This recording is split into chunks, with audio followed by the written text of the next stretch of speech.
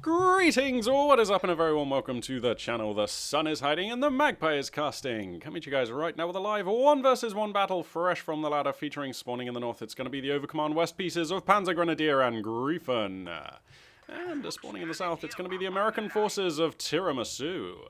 And the map here is going to be Lost Glider. Now, PanzerGrenadierAngreifen used to be one of my favourite players to watch back in the day. He always had some very well-practiced, well-drilled, idiosyncratic styles that he used to display with the Axis forces. Something of an Axis specialist. Pardon me. Please do excuse me, I'm still not 100% over this darn cold that I've had for the last week or so. It is getting there. I will soon be back to 100% voice capacity, but still not quite there. But anyway, yeah, PanzerGrenadierAngreifen always used to be something of an Axis specialist. I do remember him coming up with some pretty nifty builds with both OKW and Wehrmacht back in the day. Particularly, I remember he had some pretty pokey Wehrmacht builds as well. So, yeah. Very glad to see PanzerGrenadierAngreifen active on the ladder, out there kicking it as soon as I saw his name. There were some other top names out on the ladder, but I was like, you know what, we've not caught anything from Angreifen for such a long time that I would like to see what he's up to in this game. So, yep, looks like he's going to go straight ahead and pick that ground offensive doctrine, which is proving quite popular with OKW players these days. So he's going to have access to that late game Tiger if he opts to go for that, which you have to imagine he probably will. Normally when you pick this commander, it's with a view to getting that Tiger later on. Tiramisu looks like he's rocking with heavy cav, recon infantry, I want to call this guy, what is it? Recon support company, darn it. And this dude who's like, he's the priest guy, what is he called? Infantry company. Okay, there we go. Yeah, I'm trying to get slightly better at recognizing these commanders just by looking at their face portraits. So that's why I'm testing myself before hovering the mouse over it these days. So yeah, this is infantry company. So let's take a look at this one. Oh yeah, so you get the 1919s, you get the mortar half track, you get the artillery, the rifleman field defenses, and the priest. So we have seen recently on the channel the dramatic effectiveness of the 1919 LMGs in dominating against Axis infantry. That is a very scary weapon to put on your infantry, and of course it somewhat circumvents the need to research weapon racks because you can just grab those guns. Obviously, you don't get access to Zooks, which may or may not still be required depending on how the game pans out. But it's nice to have access to a weapon that you can just slap onto your infantry units to dramatically increase their DPS without having to pay for those weapon racks. So yeah, it's just a nice commander there. Very interesting stuff. Haven't seen a priest used for a very long time. Presumably still quite a scary indirect fire unit. Would actually love to see the priest, see where that unit is at in the meta. Takes 9 command points, don't know how many resources, but we'll see as Tiramisu makes his way forward in this game what his intentions are with regards to commander picks, tech, and so forth. Looks like we're seeing these semi-traditional Panzer Fusiliers. Whoa, this is triple Panzer Fusiliers. Okay, now, so Panzer Fusiliers clearly occupy a new place in the meta. They are a very different unit to when last I was casting, and that's great. I really like where they're at. Now, I had been championing them as an interesting alternative to Volksgrenadiers in certain respects. However, a lot of comments I've received on the channel and wisdom I've received from players and people I've spoken to is that actually you can't really just replace Volksgrenadiers with them. They are actually not as good. You will need some Volksgrenadiers. And the conventional wisdom is you get 2 squads of Volksgrenadiers first, and then get your Panzer Fusiliers second. So I am very intrigued by Angreifen's style here, where he's gone up to 3-to-1 ratio Panzer Fusiliers to Volksgrenadiers. Now, we'll see how this stands him here. We'll see whether this leaves him without quite enough punch in his infantry. The wisdom I was being given was that Volksgrenadiers just are actually better in most fights, particularly once they get STGs. And if you rely too heavily on Panzer Fusiliers, you may find yourself just basically unable to take any convincing fights against Allied infantry once the game gets truly underway. So, Angreifen right now, we'll keep an eye on what squads he elects to build here as the game moves forward. And we'll have to see how balanced of a composition he's able to end up with. Tiramisu right now electing to navigate his tech towards the lieutenant, and we're going to see a utility car. So this is basically the standard American build that we see time and time again, and it's very good, so I do understand why. This is standard for a reason. Budding Company of Heroes 2 players, do take note. What you can do is go for 3 riflemen into lieutenant, then utility car, then Stuart. And that will stand you well against pretty much almost anything that your Axis opponent can pull out. You will have the tools to be active on the map, pressure your Axis opponent, deal with whatever they decide to do. Little grenade going to come down here for Angreifen. Catches some members of the Lieutenant squad, but nothing to write home about. So yeah, definitely this build here for the American player represents probably the most stable and effective route of American teching that can be done. The drawback, of course, is that I'm sure that the majority of Axis players find this style quite predictable.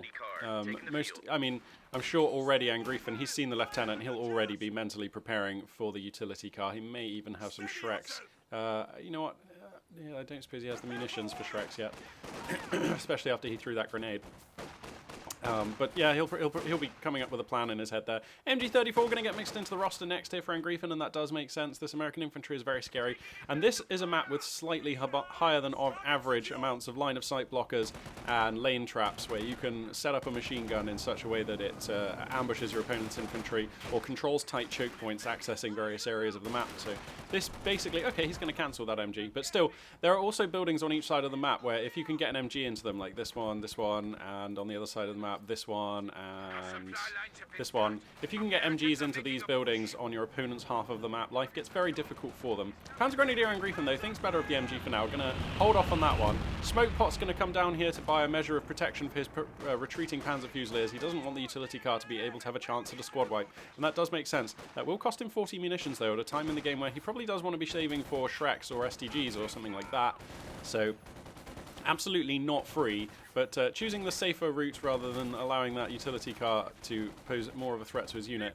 These rear Esh also getting a bit scrapey on the way out. These Storm Pioneers outputting high amounts of damage at that sort of range. Let's take a look at the scoreline. Basically no difference. Resource differential, I've not been paying a massive amount of attention, but it does feel like the American player has just had slightly more map presence and been getting slightly the better end of a lot of these trades. That is sort of to be expected when you see this many Panzer Fusiliers against Rifleman, Lieutenant, utility car. There's going to be a little phase of dominance here for Tiramisu, where he's just got the slightly stronger force on the field. Not by a wide enough margin to make this a curb stomp, but just definitely enough to basically be able to dictate which fights he's able to win and where or where not. And PanzerGrenadierAngreifen is going to be allowed to use his units. Alright, so the MG34 is out on the field. When did I... Oh, it must have... Oh, well, he's rebuilt the MG34 anyway. So he has got the MG34. He does opt to go for that one.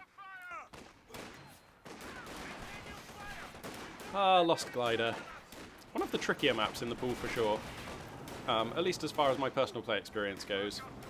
Because I'm such an old hand at Company of Heroes, the amount of familiarity I have with the older maps does make me feel a little bit sort of, I don't know, off kilter when I play on the, in inverted commas, newer maps. Not that this map is new whatsoever, but like it still feels relatively fresh to me. Going to see a Puma here, so we've got mechanized support regiment has finished for PanzerGrenadierAngreifen. We're going to see a Puma coming out here, and that does make sense. It's going to be able to police the utility car. It's going to be a measure of insurance against the likely Stuart, which, to be honest, if we were going to see, we might have seen on the queue by now. So Tiramisu may not be going for the Stuart. Let's just quickly check here. Tiramisu. Okay, he doesn't have any idea what the tech is yet. But it's a safe assumption to make that it's a mechanized regiment HQ. That is where most Axis players find themselves going. Puma's on the field just now, rocking on out with some funky camo on that unit. So we're going to have to see if the if the Stuart's going to be able to bring this utility car, bring it down in a fight. Parking in front of an MG34, a touch awkward here for the utility car. I'm sure it doesn't want to be eating that much lead that quickly. Oh.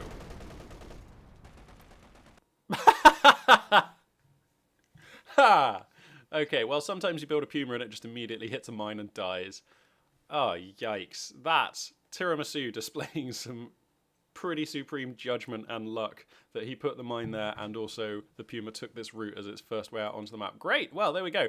Nice choppy entry into the books there. PanzerGrenadierAngreifen 0-1 versus Tiramisu rapidly here on the ladder. So we're just gonna go back to the lobby and grab another game to watch here. Just as soon as Company of Heroes 2 feels like cooperating. So let's check out what we got here. We've got a rematch by the looks of it.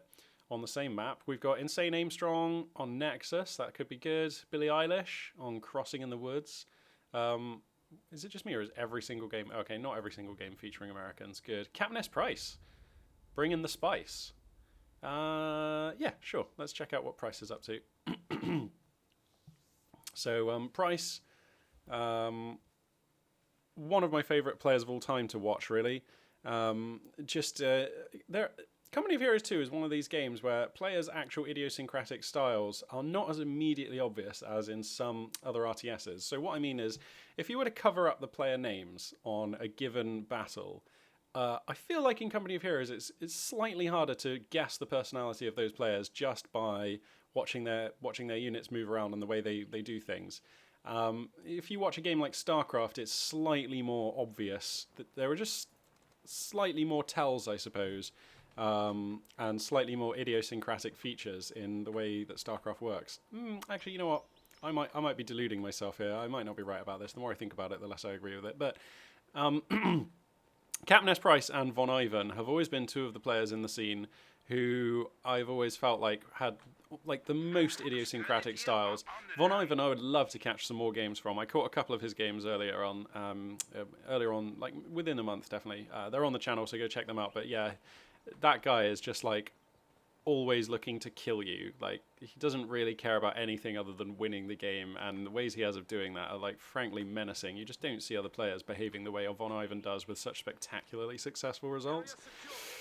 Anyway, the map is going to be Faymanville Approach, and spawning here in the north, playing as the Overcommand West pieces, it's going to be Hoy's Jimmy 890. And spawning in the south, playing as the American pieces, it's going to be the very spicy CaptainSPrice.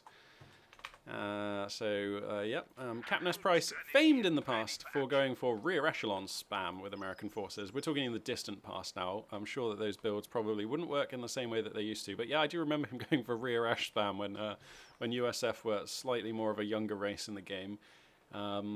Yeah, so of course Faymanville, the map here, one of my favourite maps. Has enough density of terrain where fights are always cerebral and interesting, but is also a small enough map where you never get that big map feeling of units just having to traverse and having like several distinct fights in different portions of the map. This map always feels like your fights are all connected. Units are able to support each other in relatively short amounts of time, and you're able to translate advantage you're able to translate winning fights into concrete advantage pretty rapidly on this map. CaptainSPrice going for triple rifleman. He has the heavy cav company commander, so far so standard here from Price. I wonder if he'll be bringing some of the nice spice as this game moves on.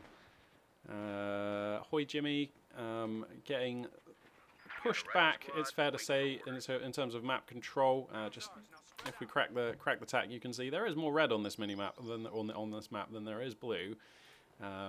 So our Axis player, with some work to do out here, looks like he's rocking Special Operations Doctrine, Panzer Elite Doctrine, and Luftwaffe Ground Forces Support Doctrine. Elite Armoured, not Panzer Elite.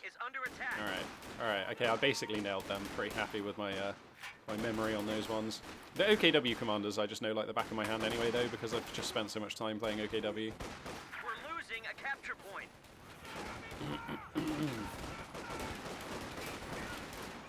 Alright, so Storm Pioneer's going to get the jump on these riflemen. Price actually looking like this is a pretty tough fight. These riflemen as well also going to be forced back. Two squads, CoH2 and the Storm Pioneers in a brutal position. We're kind of disrupting the fallback here. This is a dicey fallback now. That rifleman will be down to his last pixel. That's a lot of rounds incoming. Price getting a bit lucky there. That could have been a squad wipe. But the dice favouring Price today. And he's going to be alright. Some sandbags coming down here. Both players looking to make this a useful position to fight from. Plenty of sandbags. Actually, are these mines? Yeah, he's putting mines down. Very nice. A little bit of combat going on back here. Looks like rear Ash harassing CoH2. Nothing to write home about. Lieutenant going to be the tech of choice for Price. So, again, following the sort of paint-by-numbers approach to American tech here, which super effective. I'm not knocking it, I'm just saying it's very conventional. This is the kind of build which I suggest that if you do it against Von Ivan, he will just like neck snap you and the game will be over in like 6 minutes, because he'll just have something for this that will make it impossible to do. Like, if Von Ivan knows what you're going to do, you can bet that you're a dead man. That's how it feels every time I watch a game against him, or with him. Enemy is overrunning one of our capture points. Okay, so yeah, both players taking scuffles out on the map. The Lieutenant going to immediately make his presence felt, bringing some bit more muscle to this American roster. What are these Pioneers up to? Are they just placing more mines? Wow, that's 2 sets of mines. So one here, one here. Jimmy with decent munitions income, not afraid to spend those on some mines around the map, and that makes a lot of sense. There's no metal detector out right now.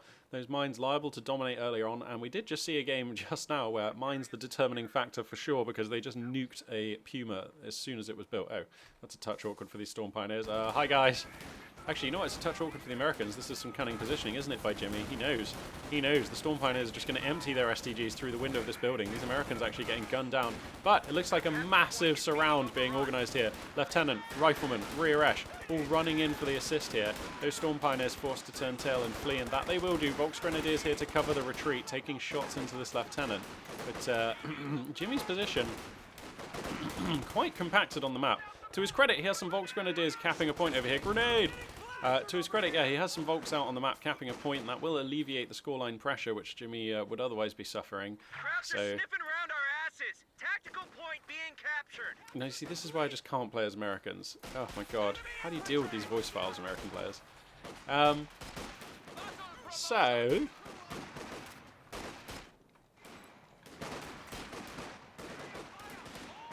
As we scroll around the map... Oh, no, these riflemen are going to be able to exfiltrate safely. Here's the, utility car out on the field. Going to start laying some damage into any Axis infantry it can find. Armoured Skirts upgrade, of course, coming down pretty rapidly on that one. What is this thing? Lay an M6 anti-tank mine at the target location. Oh, I dare say that that's what we saw kill the Puma then.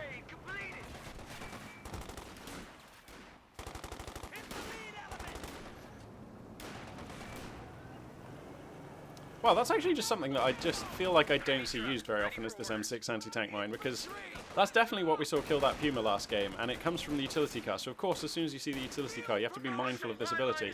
Wow, it really shows that American players that I've been playing against like aren't using this ability very often, because that is not like a mental check that I've been doing. Like, see a utility car, beware, there could be anti-tank mines. Okay, wow, need to be more aware of that. That's just an ability I had forgotten about. It just slipped my mind. Yeah, terrain deformation. Check out those tracks. High-tech Company of Heroes 2 engine. Panzer II going to be coming on the field momentarily here, and that will be a great asset for Jimmy 890 as he moves forward in this game, able to deal with the utility car and all of the other American units that we see so far. Not particularly a lot in the way of anti-tank firepower. Of course, we've got tank buster grenades, the Veteran C1 ability on these riflemen, so that will be an option, but of course, yeah, the Panzer II just going to be a strong choice right here, and that's why we see Axis players basically leaning for this way of tech, for this choice of tech. This game about as standard, as representative of the meta as we can basically hope to see. We've got quad Volks into Puma, into Panzer II off of the mechanized armor Campanier versus Lieutenant tech with utility car, and we do have a Zook on the Lieutenant now, so weapon rack research has finished, and there's going to be some infantry-based anti-tank firepower mixing into the roster here for CaptainSPrice, and that will stand him in good stead. Faust's going to connect with the utility car here, slightly frustrating for Price, but ought to be okay. Stewart going to be the follow-up tech here, so yep, this game looking turbo standard, absolutely. This is not a special snowflake, this is a boring square of a game. And that's fine, that is fine. In a certain way, I mean, there's nothing wrong with this build. In fact, there's quite a lot right with these builds, that's why we're seeing them. And it enables us to sort of analyze the relative micro and skill of these two players without the builds playing too much into that. So, oh goodness me, this Panzer II coming in hard, hooning into these riflemen. It's looking pretty bad for them. Panzer II finding additional autocannon round shots onto this unit. He does make it home to base though, so he should be okay. Panzer II, amazingly enough, getting out of here without getting dinked by a tank buster grenade as well. Finds another very low American squad to start hooning into. Is this rifleman going to be able to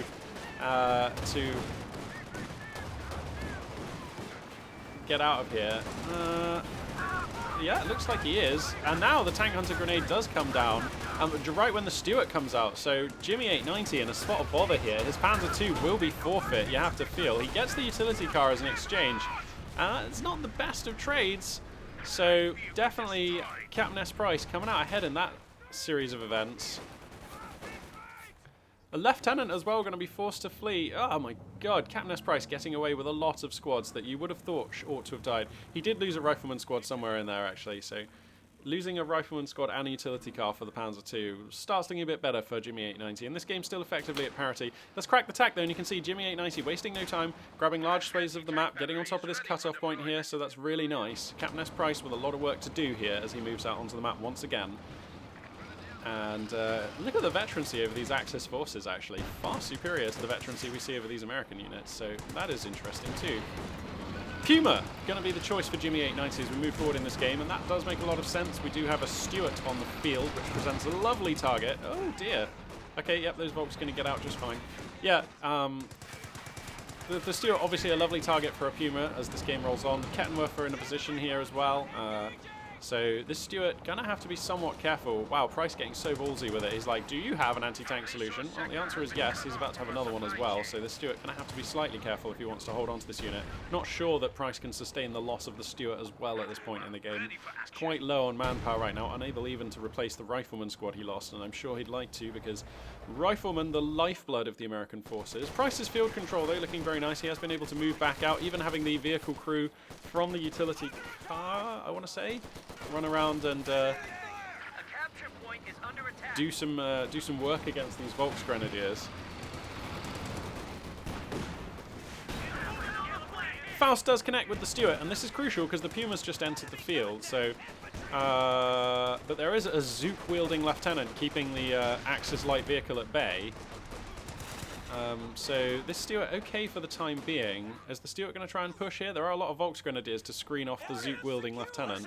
50 cal getting added to the roster here for Price, and that will stand him in good stead. This is a great map for the 50 cal. If you can get it into an overwatch position on the middle victory point, which is where Faymanville tends to revolve around control of that point, then that's going to do well for you.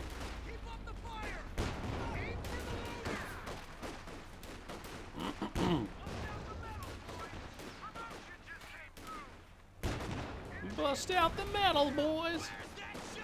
Oh my goodness, the American voice files.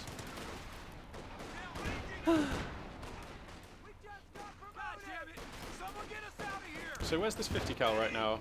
Okay, getting set up here with some Volksgrenadiers under its arc. Nice, nice work. Immediately going to be having some effect on the map here. MG34 coming out onto the field now for the Axis forces.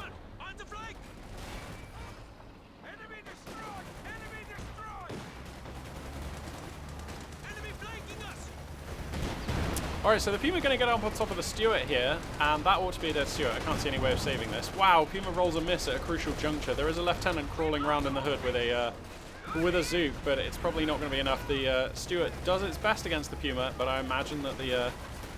wow, he's just going to park it there? That seems so risky. There's a guy with a Zook right here. I think you should probably move your Puma, sir. I mean, there is an MG34 covering this unit, but why does he not move his Puma? This is so risky. Okay, well, he's going to pop the smoke on the Puma, and that will be able to disengage safely. So I think Jimmy taking an advantage in this game somewhere in that phase of play as well, actually. A rifleman squad was wiped as well, so Price's roster looking so low now. Whoa, Storm Pioneers getting up on top of these units on the way out. The lieutenant could well be forfeit. Urgh. How does he keep getting out with these squads? He's going to replace the Stuart, which feels like an act of desperation, to be honest. I don't think that's what you want to be spending your money on. And Price now firmly under the heel of the Nazi jackboot.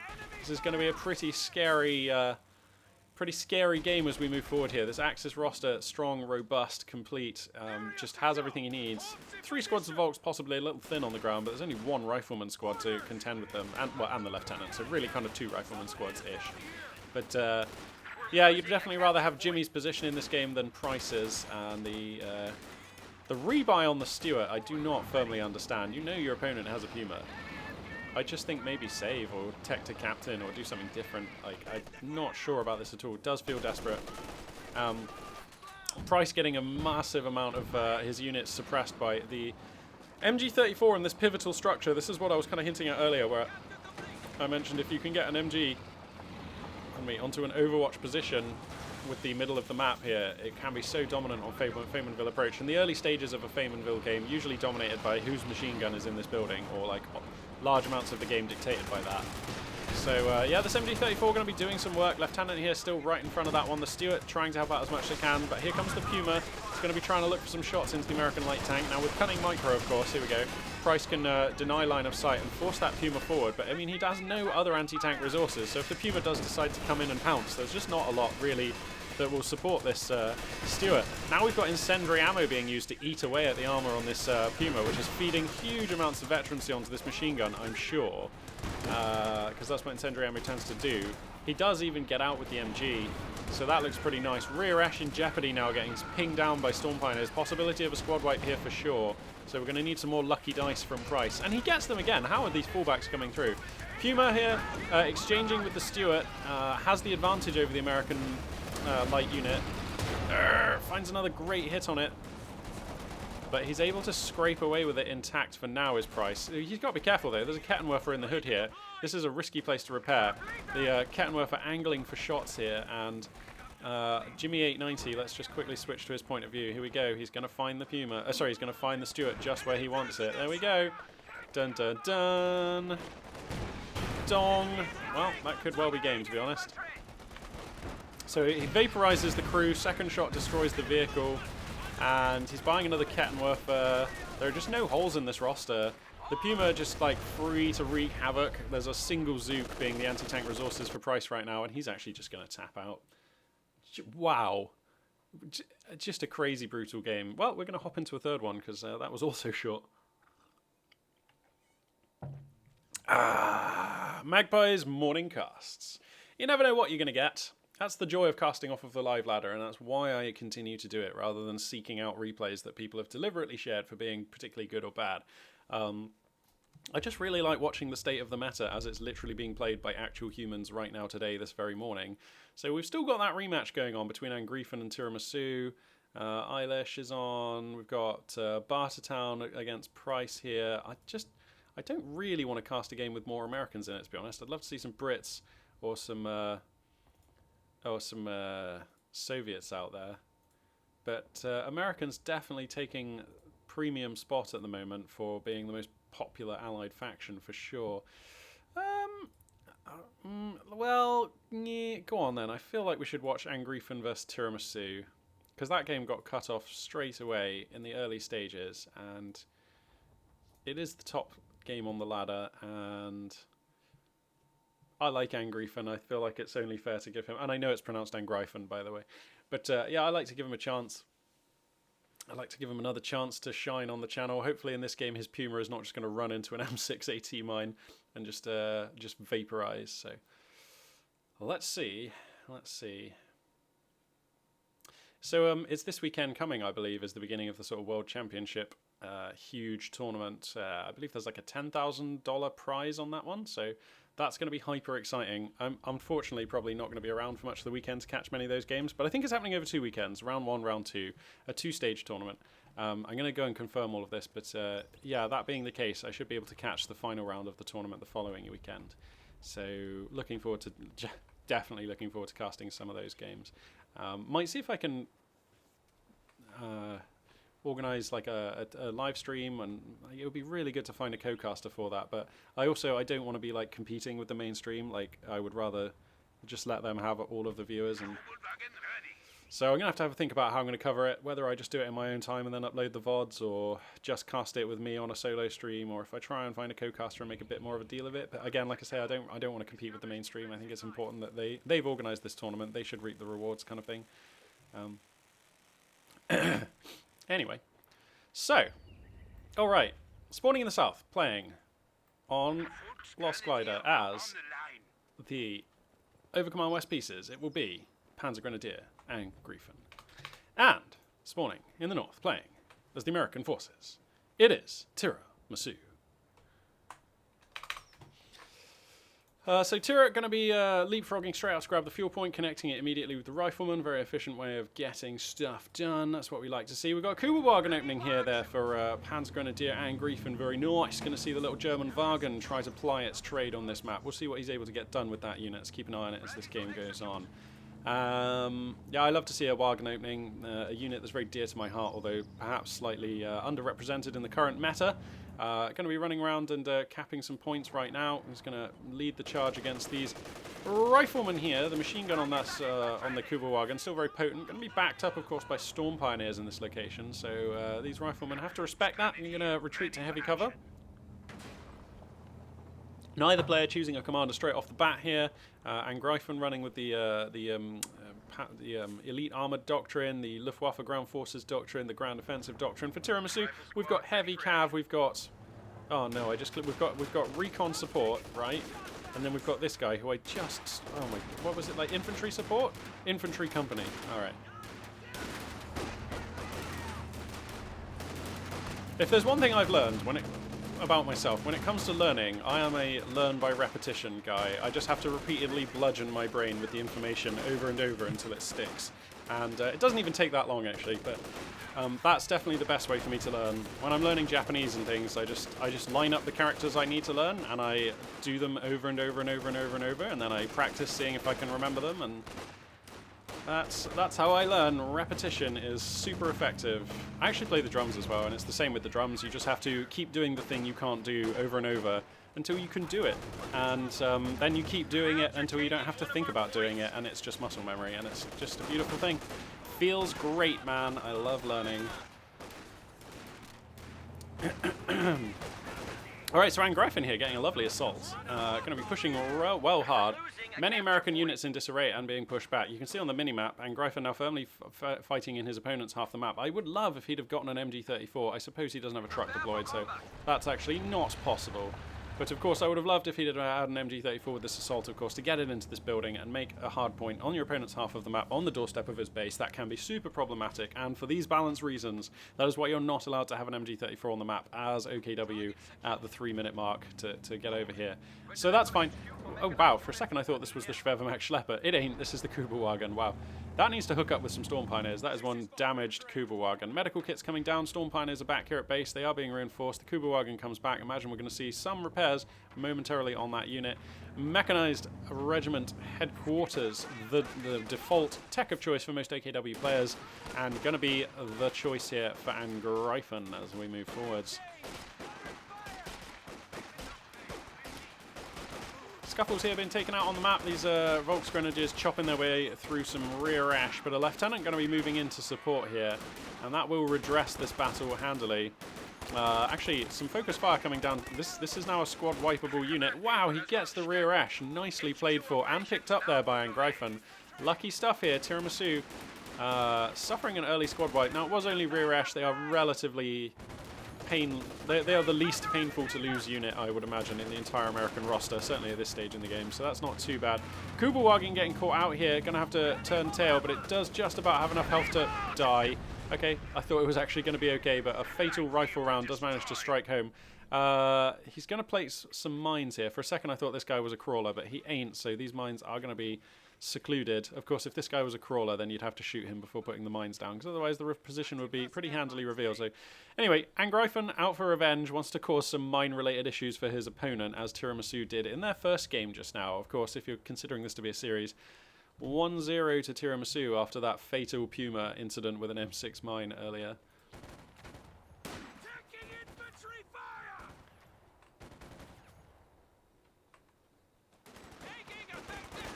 Big ball of Volksgrenadiers going to attempt to challenge middle of map here. There are riflemen who could access this church if they wanted to provide some fire support. Actually, just immediately these units falling back. Tiramisu not interested in trading for damage at all here.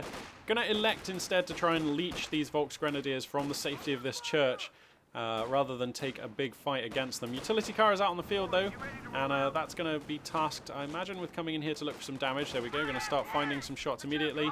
Armoured skirts coming down on that one, as we're used to seeing.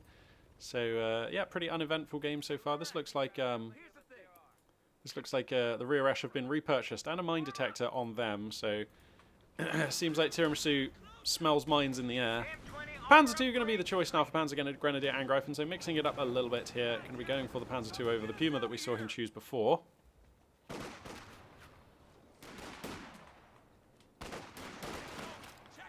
And so far so straightforward. Has Tiramisu lost a rifleman squad, or did he just not build 3?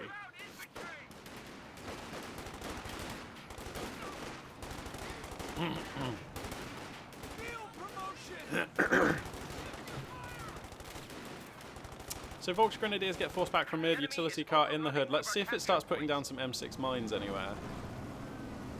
Is he going to put an M6 mine on this road? No. Actually, how much does the M6 mine cost? 60. Okay, so he just about has enough now. Because, I mean, he has to suspect that a Puma or Panzer II is impending. Minesweeper going to connect with these mines here, so Tiramisu not going to be caught out by those. Alright, this looks like a prime spot for some mines. We'll see if he's going to lay the M6. No. That would be so sneaky. I would love to see him, like, 2 for 2 get an early vehicle kill off the back of an M6.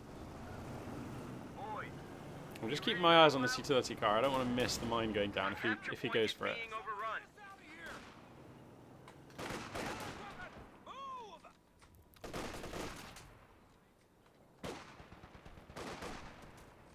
STGs appearing on these Volks at relatively early timing here.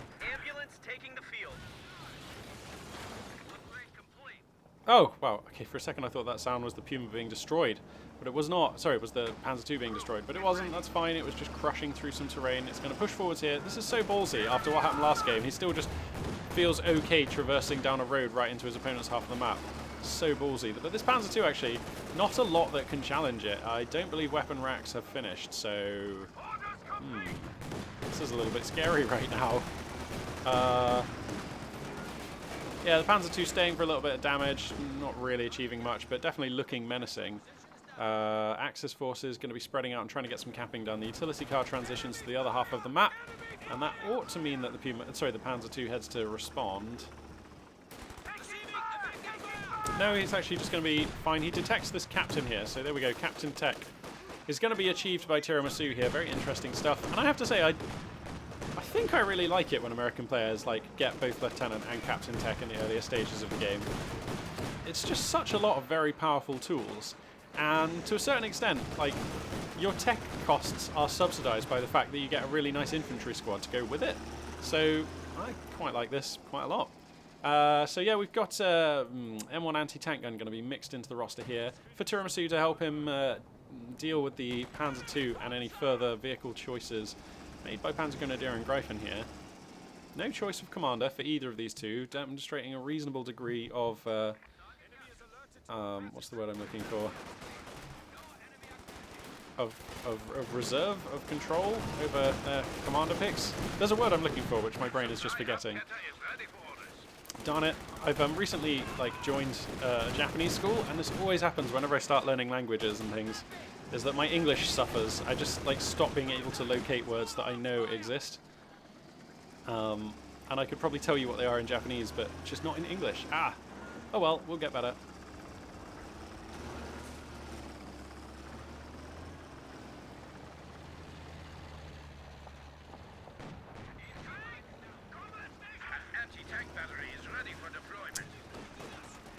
Okay.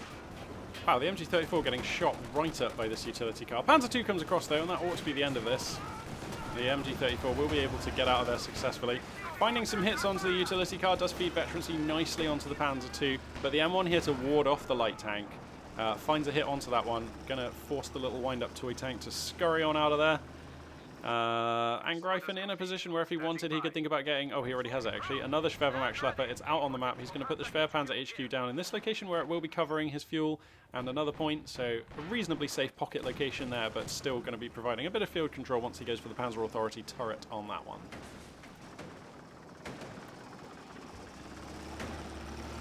Scoreline looks actually like PanzerGrenadierAngreifen has been under the gun a bit. Differential opening up. Not too bad, 100 tickets or so, 90 tickets or so. But you'd still rather not be that far behind at any stage in the game, of course. And if he's not able to pull that back by the time we get into the late game, then things could start looking dire.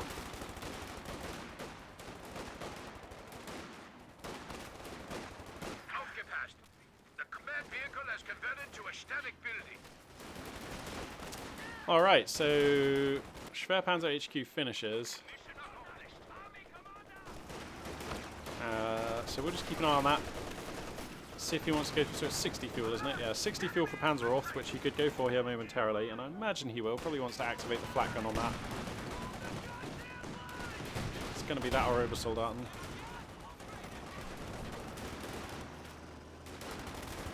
These Volksgrenadiers getting worn down. There we go, they will fall back.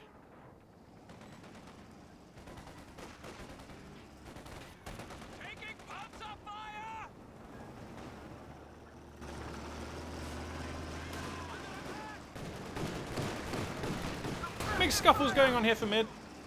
Both players taking reasonable exchanges. It will be Obersoldaten actually. So Obersoldaten before Panzerorth in this game here. Angreifen going to be making the choice to go for the elite infantry unit at this early juncture.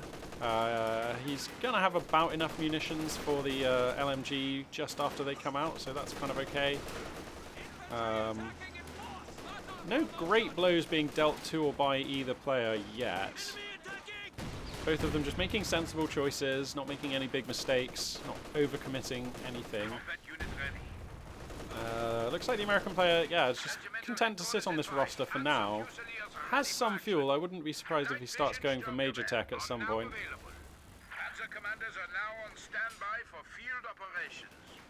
Okay, so he goes for Grand Offensive Doctrine and also Panzer Authority coming down at this timing. So Angreifen right now going to be getting set up to possibly look for a Tiger in the late game or make a choice before then. We'll find out sooner or later. Time to kill. Sooner or later. And yeah, Obersoldaten are out on the field. He's going for the infrared STGs. Wait, we never see this one. How much does that cost? It does cost 60. Wow. So he's going for the infrared STGs. Cool. All right, this is like the one that I would consider to be the duff ability on the ground offensive doctrine. Yeah, the infrared STGs. We just never see them used. I don't even really know what to look for out of them. Presumably they're just STGs that ignore cover these days or something. I don't know. Increases squad effectiveness at medium range. More effective against units in cover. Okay. There we go. Well, this appears to be medium range. There we go. Way to go, Obersoldaten. Thing is, you only get 2 of them. Oh, there's an M9 on the floor here. That'd be nice. Get some Volks over there to grab the... Oh, he actually has no Volks able to grab it. Oh, get it on the Storm Pioneers, perhaps. That M9 bazooka could be really nice. Where are the Storm Pioneers right now? Miles away, so let's not worry about that. Major tech is now finished for the American player, so access to all rungs of the American tech tree now has Tiramisu. We'll see what he wants to do here. Not stacking particularly a lot of any resources, actually, more or less flatlining. So, some saving to be done. PanzerGrenadierAngreifen, well, he's up to 80 fuel now, so could start thinking about taking a choice from the Schwerpanzer HQ in the minutes to come. But I imagine, as we're used to seeing, this will probably be a save-up for Tiger strat. Panzer II securing its 2nd star of veterancy against these infantry. The M1 is here to push that one back. And this is actually just a losing fight, it seems, for the Axis forces. There's just too many American guns here, and not enough support for the Axis forces. Captainwerfer are forced to relocate here. Volksgrenadier is going to be bravely hanging into the close, but it's just not enough. Too many American rifles here. Looks like the Obersoldaten going to get up into this forward building, and that would be nice if it wasn't a utility car that's challenging them, but it is. And that makes life difficult. They don't really have any tools to help against that unit, of course. Volksgrenadiers in the hood going to be trying to do some good. Here comes a Kettenwerfer, actually, so the much-needed support does arrive. This ought to prevent this utility car from being so annoying. Donk, lovely hit there. How much damage? Wow, quite a lot. So, yeah. PanzerGrenadierAngreifen putting together a nice little offensive here, and whilst he keeps the American player busy on this eastern front and in mid, there's like very little going on in west. Okay, finally some riflemen going to be moving out into the west of the map here. That M9 still available, and yeah, so Angreifen putting together a nice little phase of domination here, has evened up the scoreline very nicely by keeping the American player busy like this.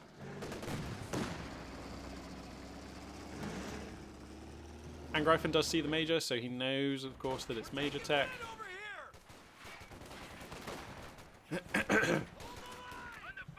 Obersoldaten achieving their 1st star of veterancy, which gives them the Frangie smoke, is it? Yep. Oh, that's a grenade. Bundaroo grenade coming down, getting some good damage on these riflemen, but not actually killing very many of them. Obersoldaten forced to turn tail. That's just too many Americans for them to deal with right now. Kettenwerfer likewise. American forces, though, unable to chew up too much ground on that flank. The Schwerpanzer HQ has Overwatch on 2 of the points, notably not the victory point, though. So Tiramisu definitely should send some squads out there to try and get that victory point at some point, if he can. Panzer II going to be finding a bit more damage, but the M1 is still here on the eastern flank.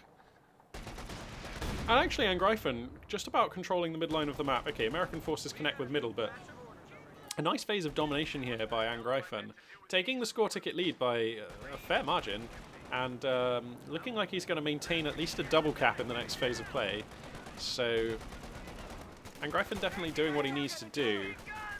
He is just saving for a Tiger, isn't he? Ugh. I'm always a little bit bored by these save up for Tiger strats, to be honest.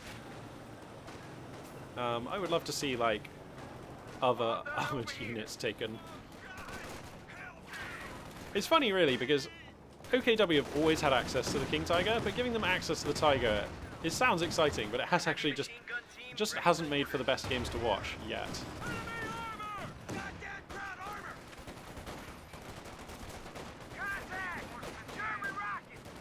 So anyway, Kettenwerfer finding nice hits again onto the utility, going to be screening that one back. LMG-34 has bought enough time to get up onto this middle position, but there are still a lot of American rifles nearby. Captain with BAR, most notably. Grenade going to come down to force him out of cover, and that it will, I assume. Tiramisu, there we go.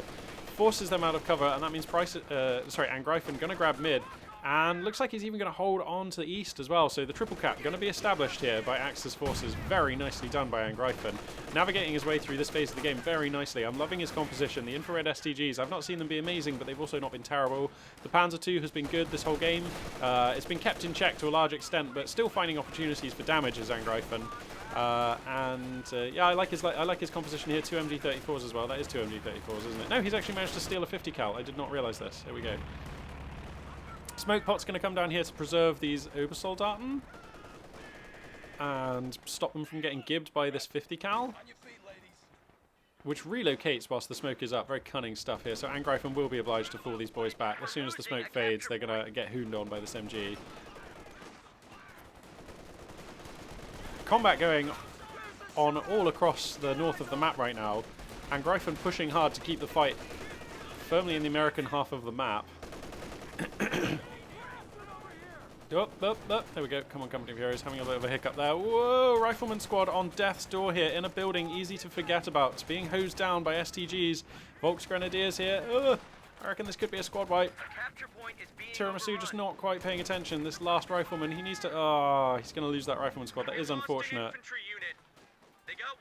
They got wiped out, and now we've got a Tiger entering the field. So Angreifen in the ascendancy right now. And a Sherman comes down onto the queue for Tiramisu, but that's just not quite going to match it at all.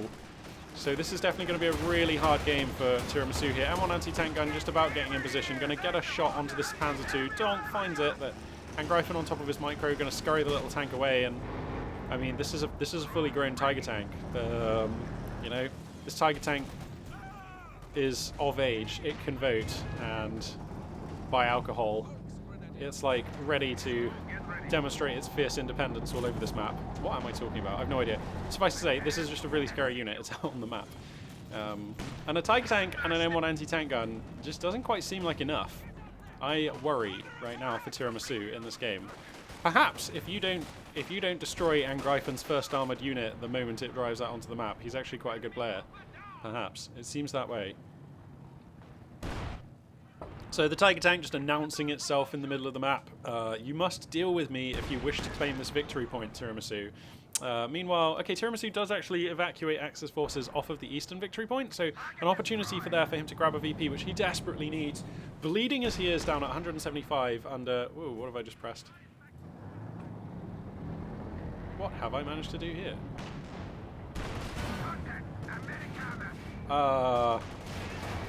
I've literally never done this before. I've managed to, like, bring up the HUD of just one of the players. How do you switch this back? Switch HUD, control left arrow. Wow, okay, I had no idea that was a thing you could do. That's really interesting. Okay, control left arrow. So hang on, if I do that and then... Can I follow camera? Oh, insane! We can get a first-person view of what the players are doing. I had no idea you could do this in Company of Heroes. Or maybe I did and I'd forgotten. I don't know. It's been a while since I was casting. This is insane! Oh, okay, that's really cool. Okay, I'm going to get rid of it because...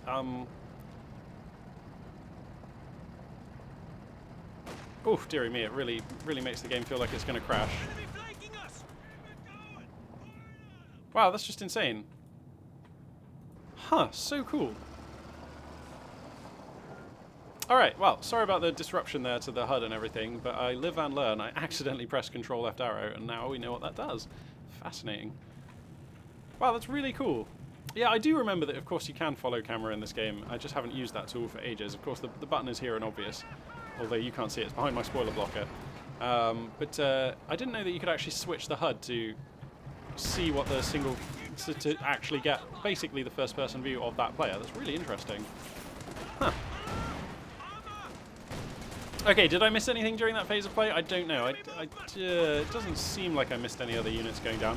Sherman here going to find some utility against exposed Axis infantry targets. The high explosive shells loaded on that one. The Tiger tank just spending a moment to repair, but that is complete now, so could see that one come back onto the field. Tiramisu going to grab himself one of the victory points, down at 118 under 347. A dire situation to be in, under a double cap.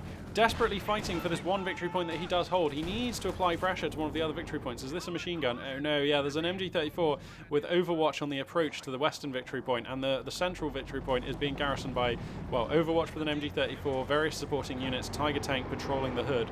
So, yikes, basically. This is going to be a very hard place for Tiramisu to get out from. He doesn't really have the fuel choice to take a very sophisticated choice in the immediate future, and I worry that he's going to be out of this game by the time he is able to cobble together a Jackson or anything like that. He has gone for a second M1 anti-tank gun, which is a really nice choice. I definitely am in support of this. It's a manpower only priced unit, which is effective against the Tiger tank. And here we have, but I mean, oh no, Storm Pioneers just immediately get up on top of this. Grenade comes down, so that's probably going to be a hard time for that M1 anti-tank gun. It's getting rinsed. 50 cal here for support, but it's just not quite enough. These M1 anti-tank guns finding some damage at last on the Tiger tank. There we go. Rear Esh with Zooks here going to try and do what they can against the Tiger, but I mean, that is it's a very scary unit. Somehow though, behind all this, with the Tiger tank committed in east, American units actually do connect with the middle victory points, but it's only for a second. The lieutenant gets onto it, but forced back. Whoa! Sherman, high explosive shell, going to give the MG34, and this is the kind of stuff Tiramisu needs. A couple more hits like that. Now without an MG overwatching this point, it is kind of much more easy to take, but I mean, there's a Kettenwerfer, there's two squads with STGs, one of them infrared, overwatching this point, so it's probably still acid death for American infantry there. So I feel like you have to try for West, you have to try. This is not insurmountable, you know, you could quickly take heavy cav and put down smoke on this and get some guys in there. Yeah, you know what, interestingly enough, since I found that HUD thing, the frame rate of the game has been slaughtered, so there's some sort of memory leak or something going wrong. Like, it's really, really choppy now, which I do apologize for, but such is life.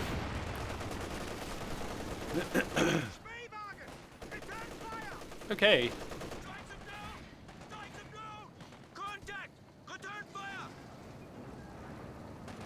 Alright, so another Sherman going to be added onto the queue here, so we're going to go up to 2 Shermans. And the utility car comes across to do something about this LMG-34, which I also like. But the Panzer II is just going to push it away. American infantry gonna... What is this ability? Like, they're just going to run onto the point. But yeah, okay, the utility car is sacrificed. Now the Panzer II can just munch through these poor infantry, and that it will. This is gross. There's a Kettenwerfer here just in case. In case of Sherman, I suppose. He somehow gets the decap, but it won't be for long. So he's off the clock here momentarily, but that Kettenwerfer can capture that point back, no problem. And okay, second Sherman is here, but 85 tickets and soon to be counting. The Tiger tank fully repaired, coming on in here. Those riflemen, yeah, gonna get gibbed up. Tiger tank angling for another shot here. Gonna find the Sherman. Donk. 2 M1 anti-tank guns here to do what they can, but I mean, it's not really enough, is it? In comes the second Sherman, though. Sneaky, sneaky. Looking for a shot on these Volks. Finds it. Loaded with AT rounds right now, though.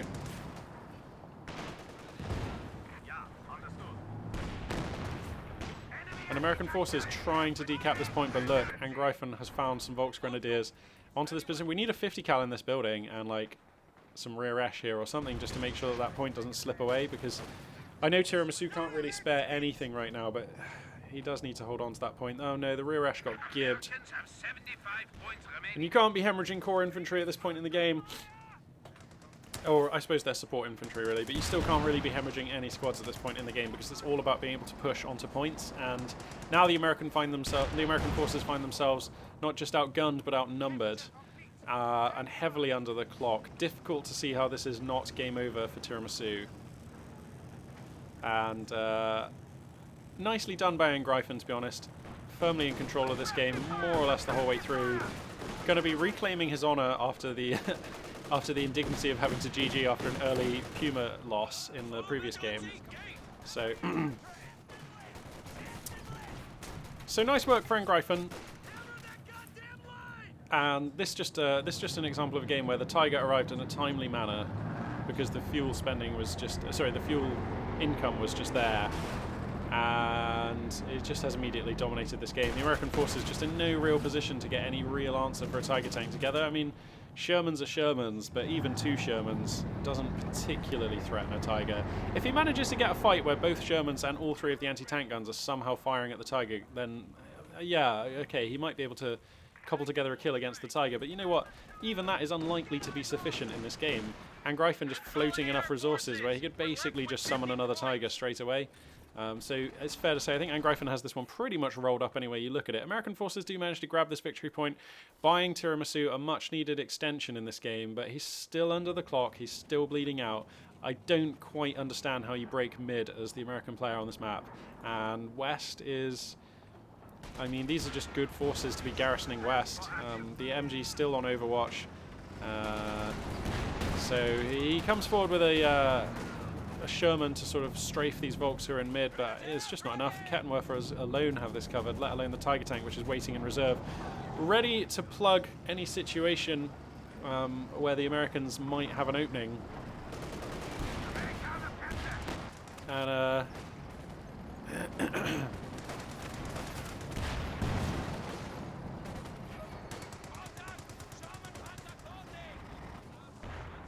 yeah, this just feels like a game where Tiramisu is going to get shoved out. He's buying a third Sherman, but it's just not going to arrive in time. But there's a large American offensive being mounted over here in West. A large collection of units, M1 anti-tank guns set up with nice arcs of fire, but the actual Tiger can just hide behind this building, can't it? And this window here, yeah, means, yeah, my goodness me, this is such great positioning here by Angreifen. Very nice, very nice.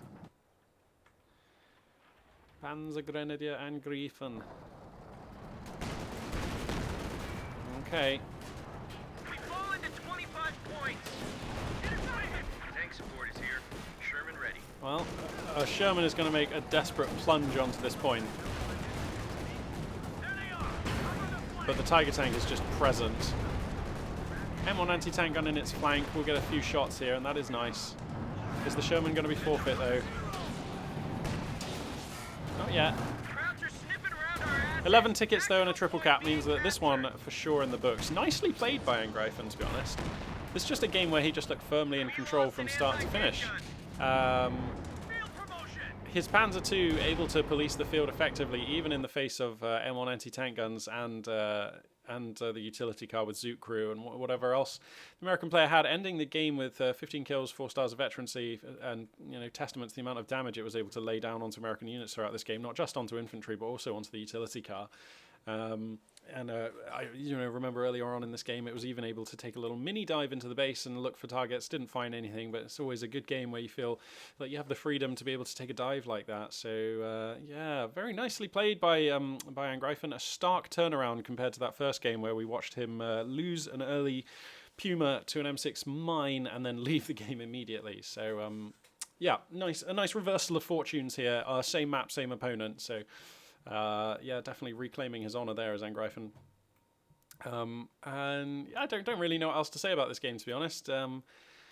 I mean, the tech choices by Angreifen sort of, honestly, relatively dull and predictable. This is what we see OKW players do quite a lot of the time. They just save up for this Tiger tank. They go for the ground defensive doctrine. It's mechanized company with a Panzer II into the Schwerpanzer HQ. I suppose we did see Obersoldaten with infrared STGs. That we don't often see those, so that was nice. 12 kills, nearly 3 stars of veterancy on them. But just an acceptable infantry unit. I dare say that a squad of Volks would have done the job just the same. But you know, nice to see some variation at least. Yeah, there's just not a lot to write home about, I suppose, in this game. Tiramisu, I mean, again, fairly standard opener here, but he did suffer an early squad loss on his rear Ash, and then subsequent squad losses as the game went on. Rifleman going down here and there, losing a 50 cal, which Angreifen was able to grab. Just a couple of things, couple of trades where Angreifen definitely getting the better end of those deals, and that culminated in a late game where it just felt like Angreifen had everything under wraps. Tiramisu unable to conclusively access any of the victory points on the map. Angreifen with fantastic overwatching forces. I do like the way he split up his forces. So he had the Panzer II and the Obersoldaten with an LMG on support in the end, garrisoning this point. He had Volks with 2 Rakettenwerfers, the Tiger tank lurking in support where it could easily respond to any opening that the American player was able to create by lurking in this area. And in the end, although this eastern victory point was initially left open for the American player, as soon as Angreifen realised that he could close this game very quickly, he just tasked a load of forces with coming down here, and no way Tiramisu could break this nut. So there we go, nicely done. A way to close the door on an American player in this game, demonstrated there by PanzerGrenadierAngreifen. Nice stuff, nice stuff. So that will be an end to the morning's casts. I hope you all enjoyed the video. Thank you very much for watching, and this for now will be Magpie842 signing out.